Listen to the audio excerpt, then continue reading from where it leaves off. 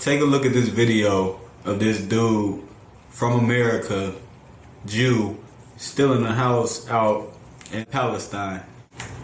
Hello. Hello. Hi, how are you? Hi. Thank God, still alive. Yeah. You're a difficult man to get hold of. Yeah. Jacob, you know this is not your house. Yes, but if I go, you don't go back. So what's the problem? Why are you yelling at me? I didn't do this. You are stealing my house. And if I don't steal it, someone else is gonna steal it. No one is allowed to steal it, يا عمي. What he's telling her is that basically, due to the Israeli law, they are moving Palestinians out and moving Jewish people in, and this is who they want to live here. He's been living in an additional part of Muna's house for over 10 years after being recruited by a US-based company called Nahalat Shimon International, which owns the property under Israeli law. So a US-based company owns a property in Palestine under Israeli law.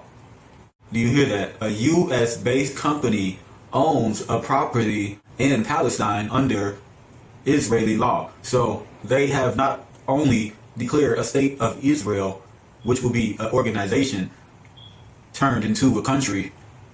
They have within this country an organization brought forth laws that allows the U.S. to own property and so forth. How did you end up here? It's a long story. Basically, I needed to move from where I was, and my friend was very, very active in this neighborhood. And he said, you can stay here for the time being. Do you pay rent? I have an arrangement with the owners of the house. I don't want to get into personal arrangements and rents and things, but yes, I'm a tenant here. I have no ownership over this property. You're from Brooklyn? No, I'm from New York, from Long Island. From New York. What right do you have to live here? The right I have is that the owner of the house wants me to live here, and he wants there to be Jews living in this house, and he wants to, and I got chosen for whatever reason. It ended up being me. So why do you live here? Because I live here, because it's important, and because not too many people. Basically, everything is all wordplay. If you pay attention, he's not showing you no documents. He's not showing you nothing from the owner. All he's doing is going off mouth, and he's using the words very fast. Take it from a versatile rapper. I know wordplay when I see it, and that's wordplay. We are being tricked to believe that these people are terrorists fighting their own people, or people that are more right to the land. Let me break it down for you. Israel was established on 1948 and admitted to the United Nations, and it said a Palestinian state was not established. 1948, Palestine, the West Bank, including East Jerusalem and Gaza Strip, were administered from 1948 to 1967.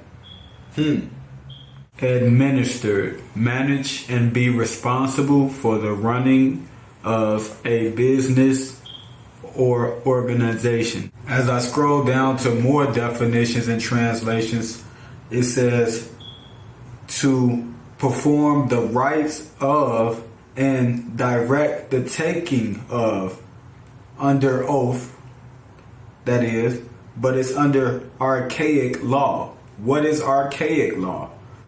The law is a system of rules that a society or government develops in order to deal with crime, business agreements, and social relationships. What does the word archaic mean? Old-fashioned.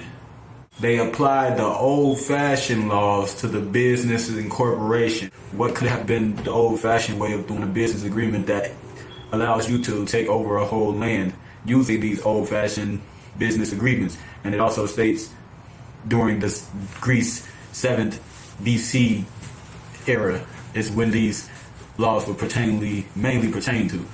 So I asked ChatGPT, an online AI bot service, what is an old-fashioned business agreement like back in the Greece days, 7 BC? And it said, in ancient Greece during the 7th century, business agreements were typically based on oral agreements and trust between parties involved. Written contracts were not as common as they are today. Parties involved in agreements with negotiated terms would typically use symbolic gestures or handshakes to signify mutual understanding and commitment.